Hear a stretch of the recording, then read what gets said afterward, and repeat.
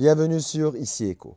Une large vague d'objections est soulevée autour de la version la plus récente du projet de loi sur le gap financier car elle est perçue comme consacrant une approche déséquilibrée qui favorise l'État et la Banque du Liban au détriment d'une réduction claire des droits des déposants à travers des mécanismes dont on met en garde contre les répercussions négatives sur ce qui reste de confiance dans le système bancaire et sur la santé financière publique.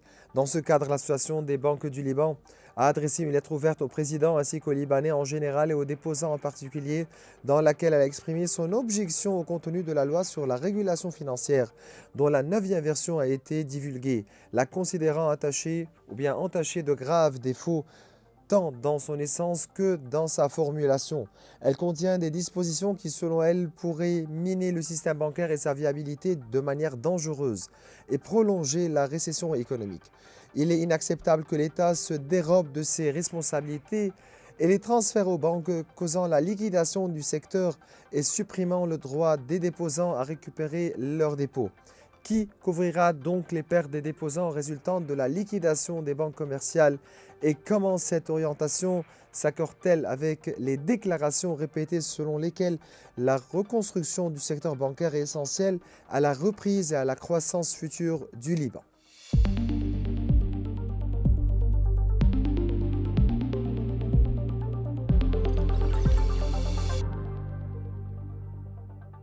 Durant cet épisode, j'accueille l'économiste en chef de la Biblos Bank, Dr Nassib Robril, pour parler plus en détail du projet de loi sur le gap financier préparé par le gouvernement, des remarques du Fonds monétaire international et de la manière dont ce projet pourrait mener à l'effondrement du secteur bancaire, ce qui entraînerait la perte des fonds des déposants. C'est toujours un plaisir de vous recevoir, Dr Robril. Merci beaucoup. Donc voilà, l'absence de participation de l'État à une part essentielle du coût du gap financier porte atteinte au principe de justice et fait perdre toute confiance des citoyens, de la communauté internationale et des institutions financières internationales, ce qui complique les négociations avec le FMI et fait obstacle à toute reprise durable. Le rôle de l'État est fondamental dans toute solution, malgré ses tentatives de se soustraire à sa responsabilité directe dans la crise, alors qu'il est le premier bénéficiaire du financement de la Banque du Liban pour combler son déficit, ces fonds étant à l'origine une dette de l'État, c'est-à-dire de l'argent du peuple qui doit être restitué. Bien sûr, donc, vous avez pris conscience ou bien connaissance du projet de loi sur le gap financier. Quel est votre commentaire sur ce projet en ce qui concerne l'approche adoptée, notamment en ce qui concerne le fait que le secteur bancaire porte la plus grande part du coût? Tout d'abord, ce que nous avons vu, c'est la 9e version du projet de loi qui a été fuité, je crois, exprès, pour évaluer les réactions, Mhm. que ce soit du secteur bancaire, que ce soit des déposants, que ce soit de la communauté internationale, des observateurs libanais et non libanais. Euh, pour moi, le contenu manque quelque chose de très important, surtout quand ça fait depuis le début de l'année, depuis la formation du gouvernement, que les déclarations ministérielles sont très précises que la répartition des responsabilités va être faite entre l'État, la Banque du Liban et les banques commerciales, et que, selon ces mêmes ministres, qu'ils ne veulent pas que la responsabilité soit entièrement assumée par l'État ou par la Banque du Liban ou par les banques commerciales et qu'ils veulent que le secteur bancaire se maintienne et puisse reprendre ses activités normales. Le contenu de cette version, de la 9e version du projet de loi, n'inclut pas ces principes-là. Tout d'abord, l'État est totalement absent en tant que responsabilité, bien que l'article 113 du Code de la monnaie et du crédit est très clair. Et cet article dit que si la Banque du Liban subit des pertes, c'est au Trésor de couvrir toutes ces pertes, et sans préciser le montant ou les devises de ces pertes. Deuxièmement, la partie en liquidité qui doit être donnée aux déposants, qui est à la hauteur de 20 à 22 milliards de dollars sur 4 ans, Euh, c'est un montant qui n'est pas parallèle aux capacités des banques Des banques aujourd'hui. pour pouvoir couvrir ce montant. Aujourd'hui, les banques commerciales, le secteur bancaire en entier, a une liquidité nette en devises de 6 milliards de dollars. Ça inclut Les 2 milliards pour couvrir les fraîches. Non, non, Ou bien sans les 2 on est à milliards. 6 milliards. On est à 6 milliards, ça inclut les Ah, eurobonds c'est ça. que les banques Oh. détiennent, ça inclut les dépôts bancaires dans les banques correspondantes à l'étranger, et ça inclut la vente théorique de tous les avoirs des banques libanaises à l'étranger. Et donc, Donc, pour pouvoir, ils ont donc on est à 6 milliards de dollars, vous un dites. total de 6 milliards de dollars et les obligations selon cette loi sont de 22 milliards de dollars pour les déposants. Maintenant, si on prend en considération les 12 milliards de dollars, Réserve obligatoire. les réserves en liquide, en devises à la Banque du Liban, 11 milliards 200 millions de dollars de ces réserves sont des réserves Des réserves obligatoires. Donc, ils n'appartiennent pas à la Banque du Liban, ils n'appartiennent pas à l'État, ils n'appartiennent même pas aux banques. Ce sont l'argent des déposants. Donc, même en ce qui concerne le côté liquide, la Banque du Liban vraiment ne participe pas de façon directe. Donc, ce sont les déposants et les banques qui assument cette responsabilité. Très bien. Donc, oui, vous voulez ajouter?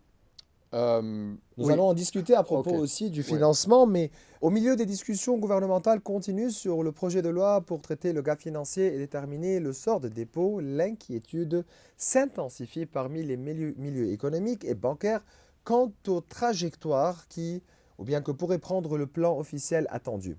À chaque fuite d'un nouveau brouillon, les contours du profond désaccord se dessinent quant à la manière de répartir les pertes et quant au rôle que l'État devrait assurer par rapport au secteur bancaire et aux déposants. À un moment où l'économie traverse toujours l'une des pires crises depuis la création de la République. Certainement, les banques font face à une réalité financière extrêmement fragile et qui menace leur capacité à continuer d'exister. Quel est le danger de faire supporter au secteur bancaire la plus grande part des pertes? Tout d'abord, il y a un point très important, un point de principe que malheureusement on ne discute pas. C'est le fait que ce ne sont pas des pertes sur le bilan de la Banque du Liban, c'est un déficit. Donc, si on l'appelle un gap ou des pertes, ça donne l'impression que la Banque du Liban a visité le casino du Liban et a gaspillé ses milliards de dollars au casino, a dépensé ses milliards de dollars au casino sans savoir pourquoi.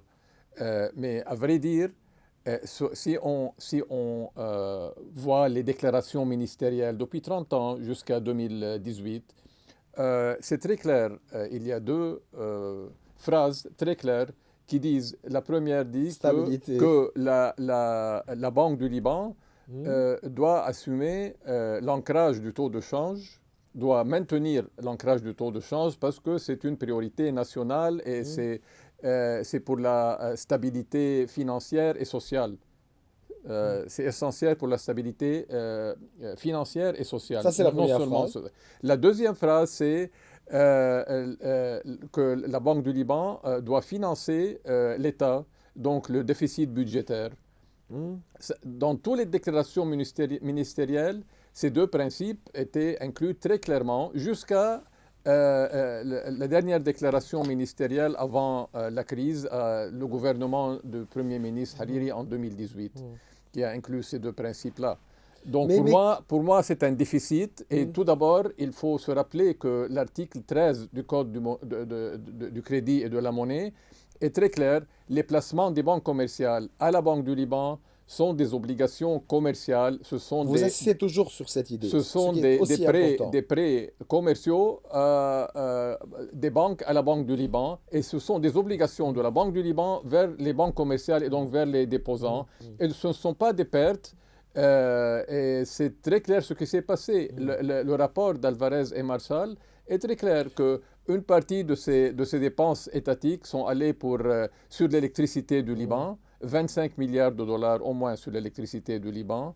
il y a la partie pour maintenir le taux de Le taux de change. change, la stabilité de change. Et il y a les dépenses, les autres dépenses Mais- pour l'État. Oui, Pour certainement, l'État. mais vous insistez toujours sur l'importance d'une différenciation entre la dette publique et la dette commerciale. Certainement. Donc, les placements des banques commerciales à la Banque du Liban sont des dettes commerciales, ce sont des obligations commerciales. Donc, comment traiter avec? Tandis que la dette publique est une Mm. dette souveraine Mm. et la dette souveraine, le gouvernement peut aller négocier avec les détenteurs des eurobonds sous l'égide du Fonds monétaire international et selon la méthodologie du Fonds monétaire international et les normes du FMI et séparer la question des placements des banques à la Banque du Liban Et donc, comment et traiter avec ces placements? donner la Ah, c'est liberté ça, à la ok. Banque du Liban Mm. pour trouver une formule avec les banques, avec la participation des banques qui est Pour traiter essentielle et avec ces nécessaire placements. pour trouver une solution à ces placements. Très bien. Et la Banque du Mais- Liban a les moyens pour trouver une solution si elle a la latitude pour le faire. Docteur Bril, comment un État qui est la partie première responsable de l'accumulation des pertes peut-il se dérober complètement de son rôle dans toute solution proposée? Vous avez bien mentionné l'électricité, l'énergie, vous avez bien mentionné le taux de change, la stabilité ou bien le coût et l'argent qui a été payé pour pouvoir conserver cette stabilité, etc. Donc, comment un État aussi responsable se trouve aujourd'hui dérobé complètement de son rôle?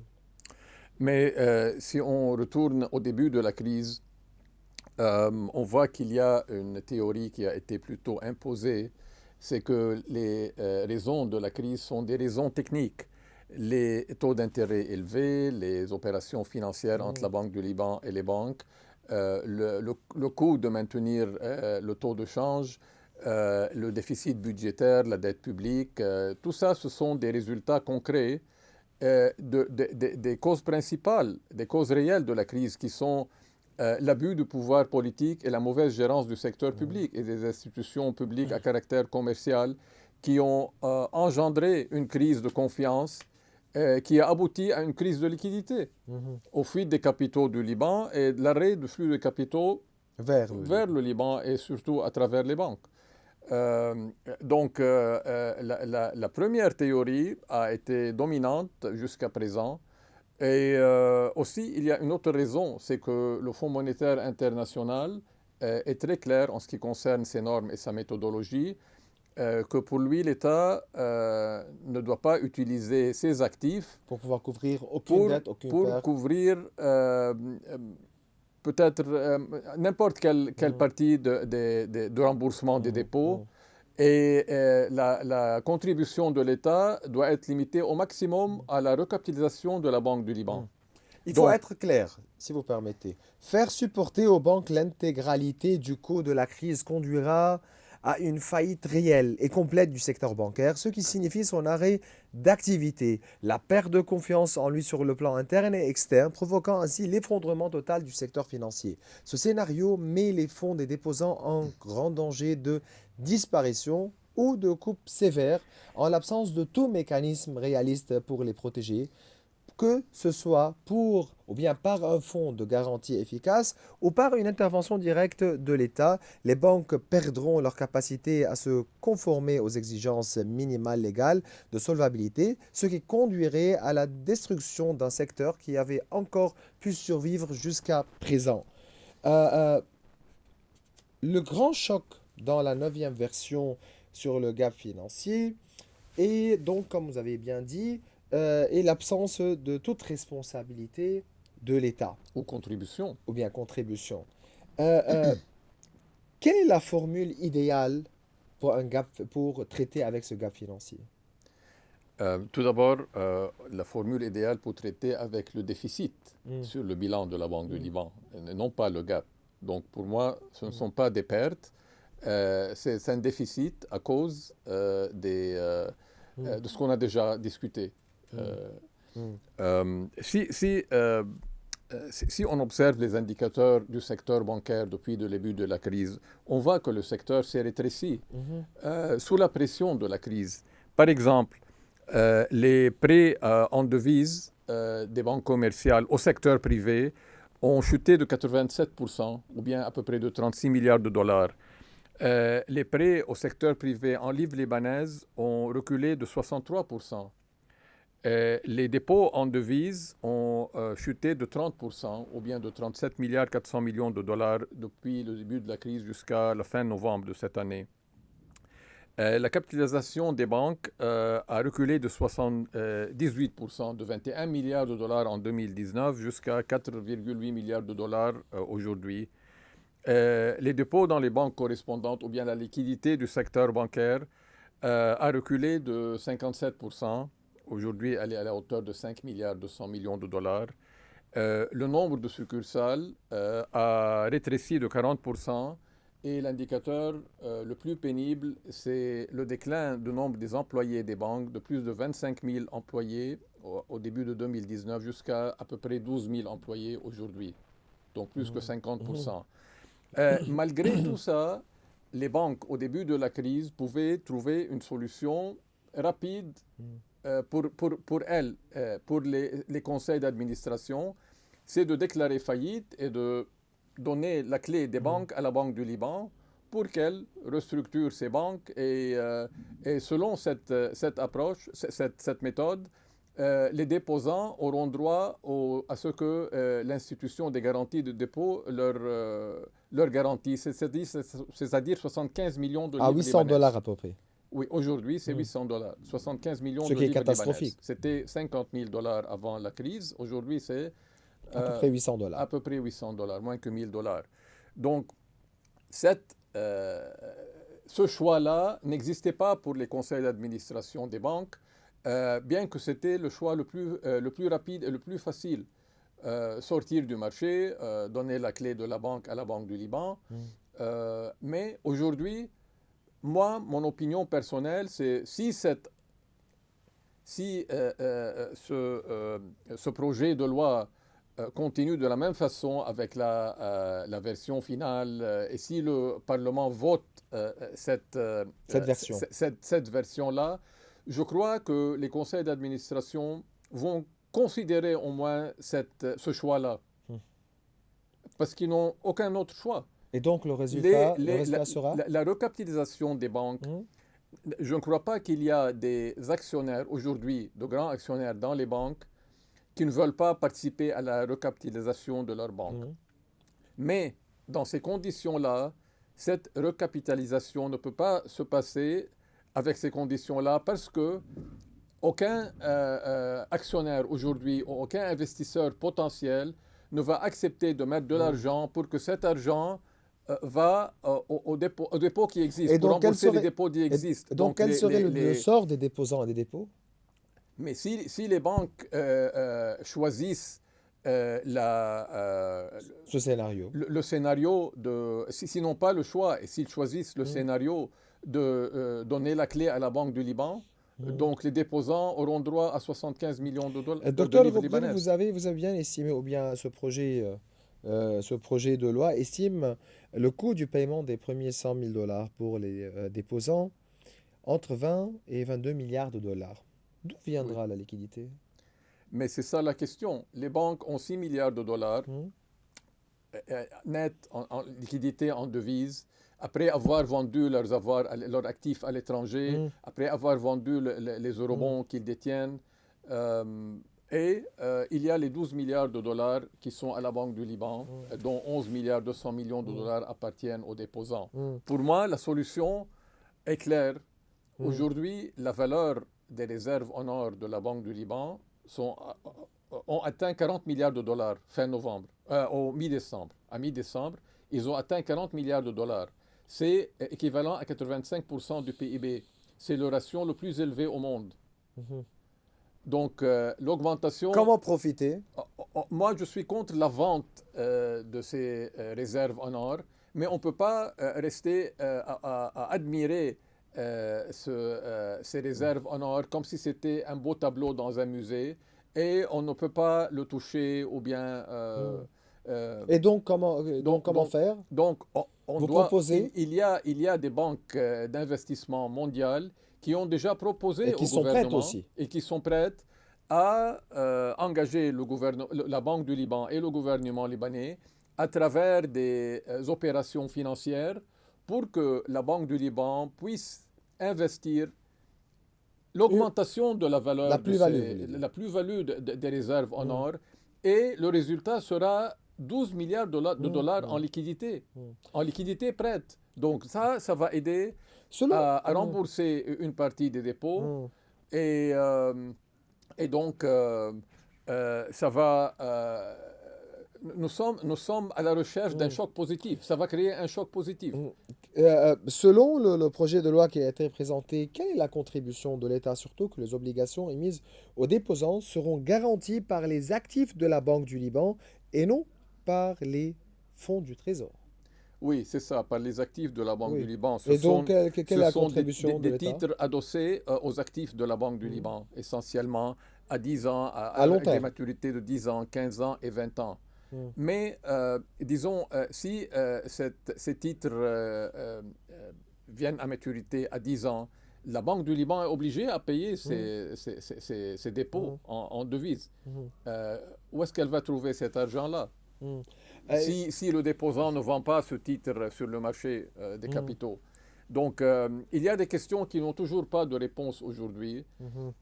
bien que cette méthode, en théorie, est acceptable, un titre qui est adossé aux actifs de la Banque du Liban. Et nous savons que les actifs de la Banque du Liban, que ce soit la compagnie d'aviation Middle East Airlines, ou bien les réserves en or, ou Mm. bien le portefeuille de l'immobilier de la Banque du Liban, ou ses actions dans la société Intra, Mhm. peuvent être utilisés positivement.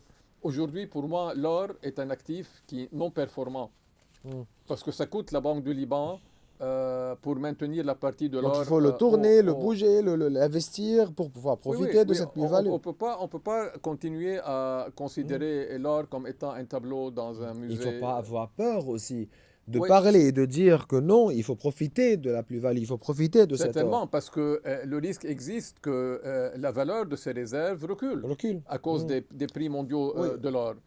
Donc ça ne veut pas dire que les banques ne doivent pas être tenues responsables, ne doivent pas contribuer Mhm. autant que possible. Ah, Ça ne veut pas dire que l'État ne doit pas restructurer ces mm, sociétés publiques à caractère commercial, parce que ça, c'est le vrai problème. mm. Revenons aux observations du Fonds monétaire international sur le projet de loi sur le gap financier. Le fonds insiste à trouver une solution en suspendant l'application de l'article 113 de la loi ou bien du code de la monnaie et du crédit. Quelle est l'importance de l'engagement de l'État à ce niveau et d'appliquer certainement cet article, l'article 113? Moi, je crois que l'article 113, si il a été appliqué au début de la crise, au moins verbalement, si l'État Mm, a dit publiquement qu'il assume la responsabilité et qu'il est prêt à trouver des solutions, mm, ça aurait évité beaucoup de problèmes et mhm, beaucoup de malheurs à l'économie libanaise, aux mm, déposants, au système financier au Liban, au système bancaire, mhm, aux actionnaires des banques. mm, Mais malheureusement, même ce dernier projet de loi, la 9e version, euh, on voit très clairement que mm. l'État est totalement absent de n'importe quelle contribution. Donc, en ce qui concerne l'opinion du Fonds monétaire international, c'est choquant que le Fonds monétaire veut éliminer l'article 113 du Code de la monnaie et du crédit, simplement parce que ça évite à l'État de n'importe quelle responsabilité. Ça Mhm. élimine les responsabilités de l'État. Et parce qu'on sait que le Fonds monétaire, la priorité du Fonds monétaire international, c'est quand le fonds prête des milliards de dollars à un État quelconque, il veut être sûr que cet État va rembourser le Cette Fonds aide ou bien monétaire, ce cette dette. crédit, disons. Et parce que le Fonds monétaire dit que après avoir atteint un accord avec Mm, le Liban ou n'importe quel pays, et qu'il commence à prêter les milliards de mm, dollars, et le Liban doit s'endetter mm, aussi à la hauteur de 8 milliards de dollars de plus. Donc il y a une nouvelle dette qui va mm, s'accumuler pour l'État, Et donc, il ne faut pas augmenter la nouvelle dette, il ne faut pas ajouter la nouvelle dette avec les obligations anciennes. Mhm. Donc, pour le Fonds monétaire international, il faut alléger n'importe quelle obligation de l'État envers n'importe quel parti. Mhm. Mais le problème, c'est que l'État est le côté qui a bénéficié le plus de la crise. La dette publique était à la Et qui hauteur, bénéficie aussi bien des solutions proposées. certainement.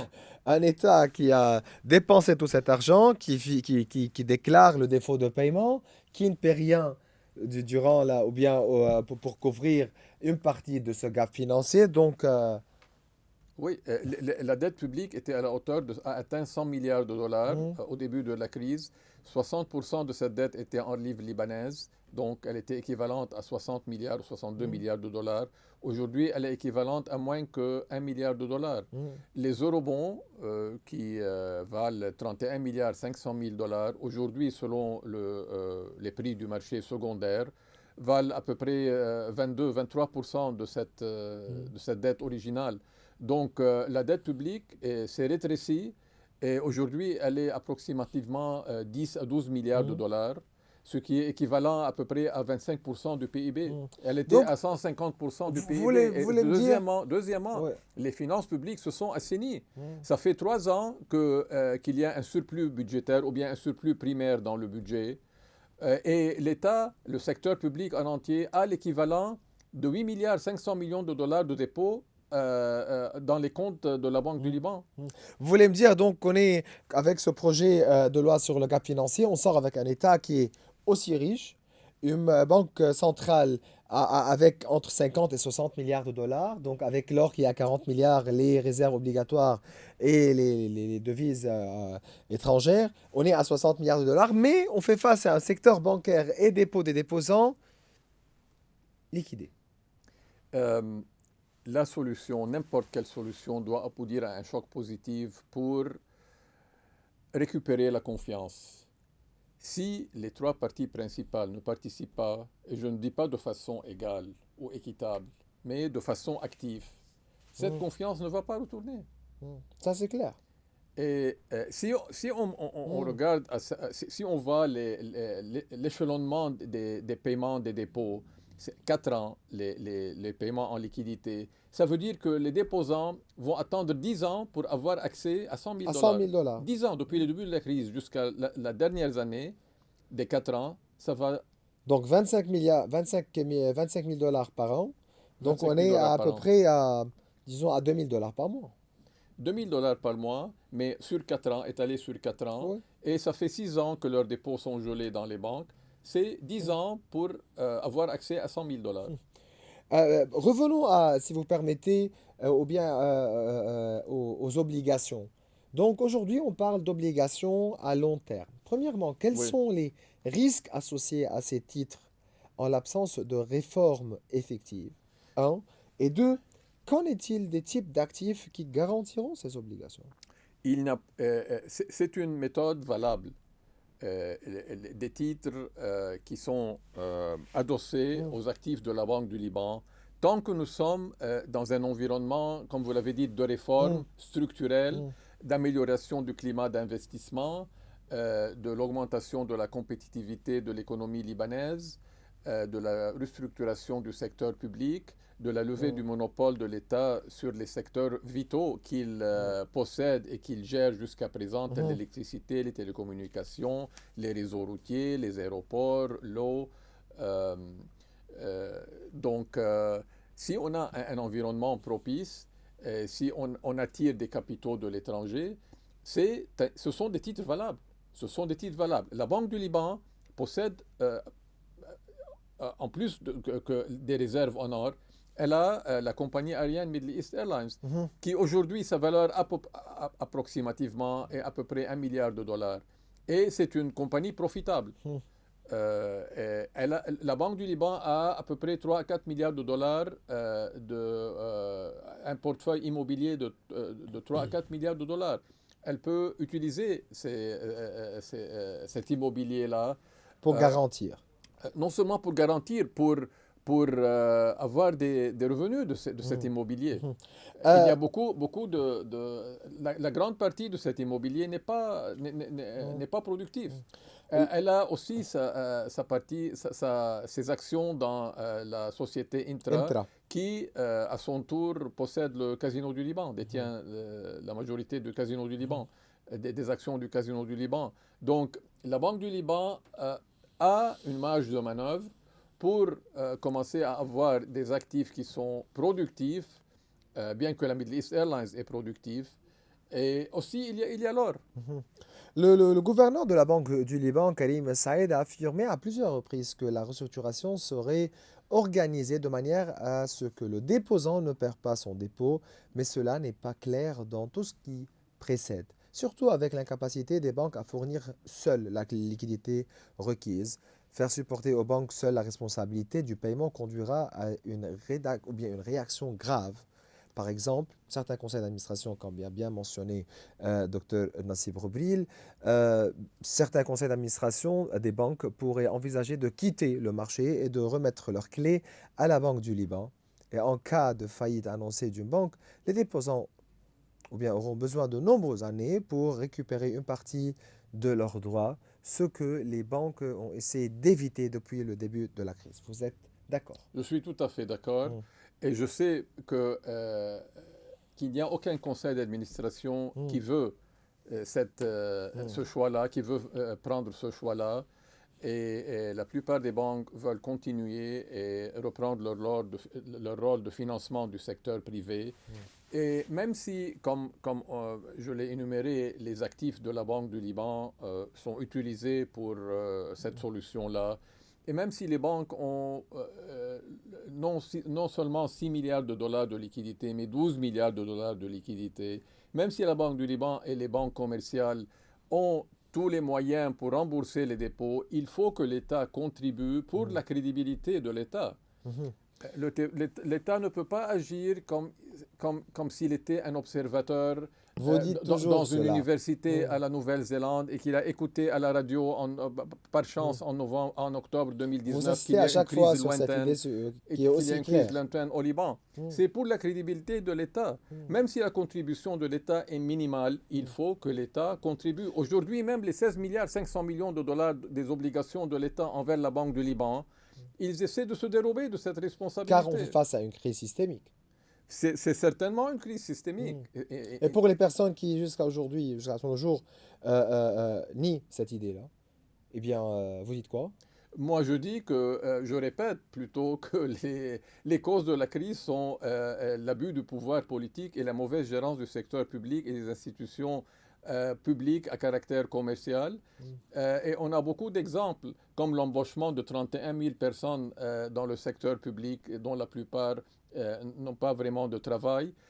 L'augmentation des dépenses publiques de 6 milliards 800 millions de dollars en 2006 jusqu'à 18 milliards de dollars en 2018-2019, sans budget, sans mm, budget durant toute cette période. Euh, le gaspillage de 45 milliards de dollars sur le secteur de l'électricité est toujours sans aucune solution. La paralysie des institutions étatiques entre mars 2013 et septembre 2021, et cette période est de 8 ans et demi. Durant cette période, à cause du vide présidentiel, à cause des obstacles à la formation des gouvernements du Premier ministre Tamam Salam et du Premier ministre Saad Hariri, les gouvernements successifs ont pu travailler de façon normale juste seulement 2 ans et 8 mois. mhm. C'est moins qu'un tiers de cette période-là. Ça, ça résulte en des résultats très négatifs, comme la dégradation de la notation souveraine du Liban, comme le recul des flux de capitaux, comme la non-application des réformes, comme Mm, ça donne une mm, image très malsaine du mm. Liban. Ça, Les c'est Libanais clair. ne Euh, respectent pas les délais mm. constitutionnels, Docteur Roubril, un ralentissement de l'économie libanaise, mm, une augmentation des taux d'intérêt. Mais qui est-ce qui a pris ces décisions? Qui a euh, pris la décision chaque fois, dans chaque déclaration ministérielle, mm. de maintenir un taux de change Qui a pris fixe? la décision du défaut de paiement? Et ça, c'est la gérance de la crise. Mm, Qui a pris la décision de ne pas imposer un contrôle de capitaux en septembre 2019, pas en octobre 2019, qui a pris la décision De ne pas prendre la décision d'élever les coûts de l'énergie. qui a pris la décision de subventionner les importations. Euh, Lundi, le Conseil des ministres va discuter à propos de ce projet de loi. Quel est votre message à chaque ministre durant cette session? Le message de tout Libanais doit être que c'est le moment d'assumer les responsabilités primordiales aujourd'hui et que les ministres doivent voter leur conscience quand ils examinent ce projet et ils votent sur ce projet ou contre ce projet pour que ce projet devienne la responsabilité du Parlement libanais.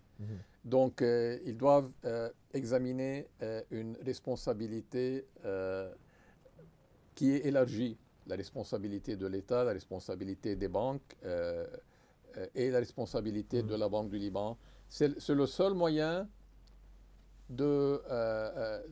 d'engendrer un choc positif et de restituer la confiance. Je dois ajouter que on minimise la question de la croissance économique, du besoin d'élargir l'économie, la taille de l'économie libanaise, d'améliorer le climat d'investissement et de l'environnement des affaires et de combattre l'économie souterraine et parallèle. L'économie souterraine, l'économie de l'ombre. Donc, il faut aussi cibler cet aspect-là parce que le problème de la crise du secteur bancaire ne peut pas être résolu, sans les autres composantes des réformes. Elles ne sont pas à l'abri. Cette crise n'est pas à l'abri de l'environnement politique, de gouvernance économique et financier. Docteur Nassib Roubini, c'est toujours un plaisir de vous recevoir. Merci à vous. Bien voilà, mes chers téléspectateurs, nous arrivons à la fin de cette émission. Vous pouvez revoir tous nos épisodes sur nos réseaux sociaux. Au revoir.